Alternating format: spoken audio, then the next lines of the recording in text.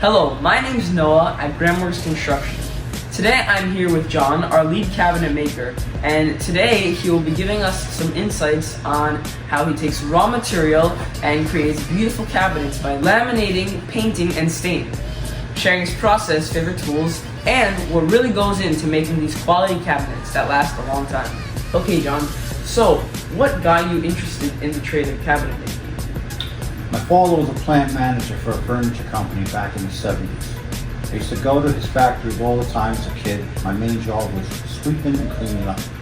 Little by little, the older men in the shop started teaching me little tricks of the trade. How to take a broken edge off, how to fix a cabinet door that was crooked, how to fix a drawer. And little by little, I just developed a knack for it. Later on, I just decided I'm a cabinet maker, and that's what I wanted to do. Okay, and how long have you actually been in this trade? Well, I started doing it for real when I was about 22. I'm 68 now, so we're looking at 46 years. So, what do you enjoy most about making cabinets? The before and after. I enjoy looking at a old, worn-out kitchen, designing it with the customer's help, and then restructuring the room, building the cabinets to fit the room, and making the customer happy when the job is done. Something customers always dream of having, a brand new kitchen, and when they get that, when they achieve that goal, it really is nice to see how happy you made those people. Okay, thank you. In the back, we see these amazing cabinets. So, could you walk us through how you actually make these cabinets? Well, you take a base cabinet. Every base cabinet has two sides, a back, and fixed shelves. The two base cabinets are always the same size.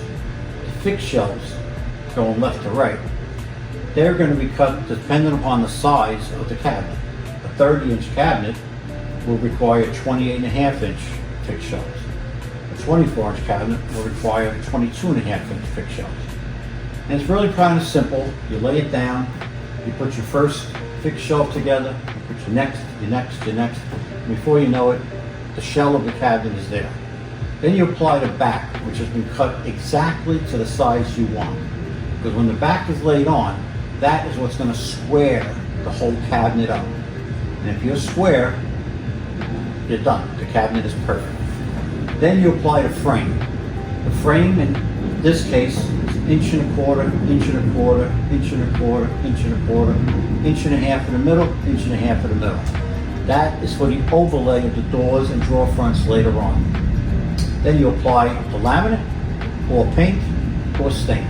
What is your favorite tool when building a cabinet and why? Well, right here, the table saw.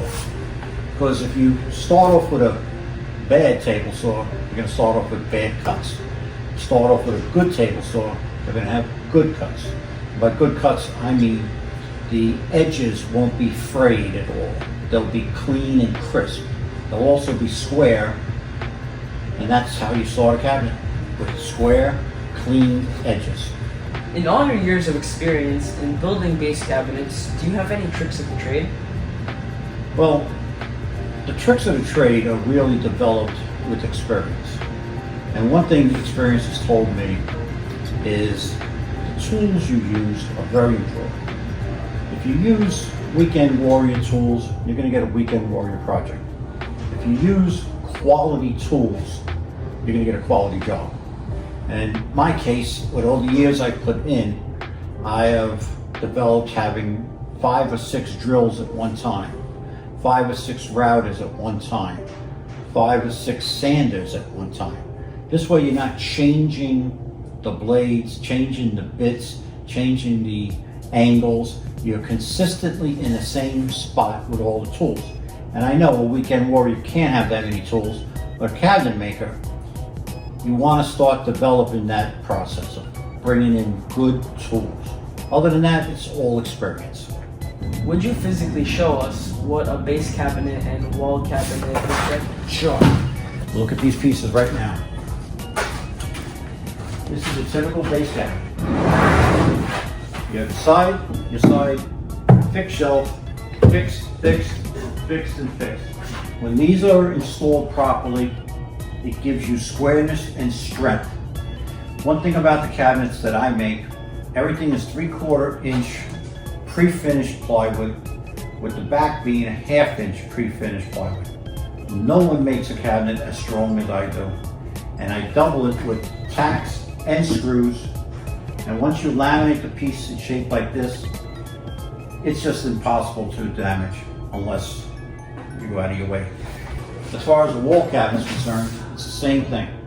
You have your two sides, you have the bottom and the top. You lay it down, you put the back on. Once again, the back is cut perfectly to the size you want the cabinet to be.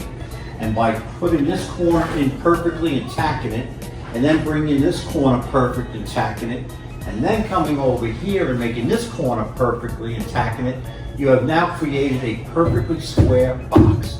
Once you have a square box, you do the rest of the process. You put the frames on, you put the laminate on, and now you're ready to hang and install the doors on site. In all your years of making these cabinets, what do you say is the hardest job or most difficult job you had to work on?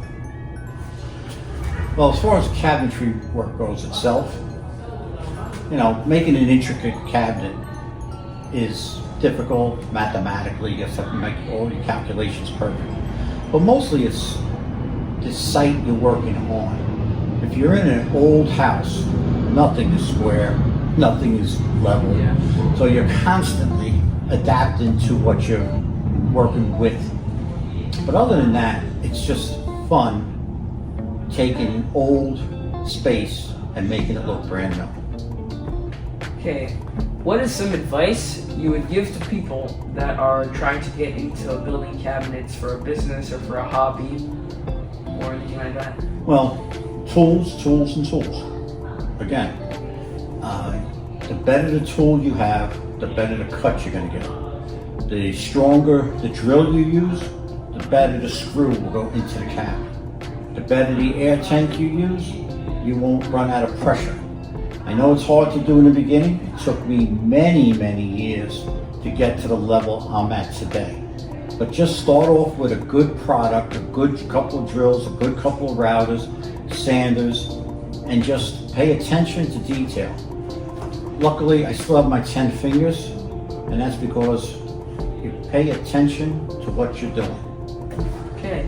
Do you have any advice for a client who wants to get a cabinet builder in their house? Like any free time or something like that? Which is mandatory? You have to know what you want first. A lot of customers aren't sure what they want at first.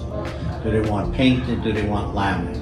Laminate used to have a bad reputation, but with the colors and styles that are available today, a lot of times people don't even know that display is a laminate product.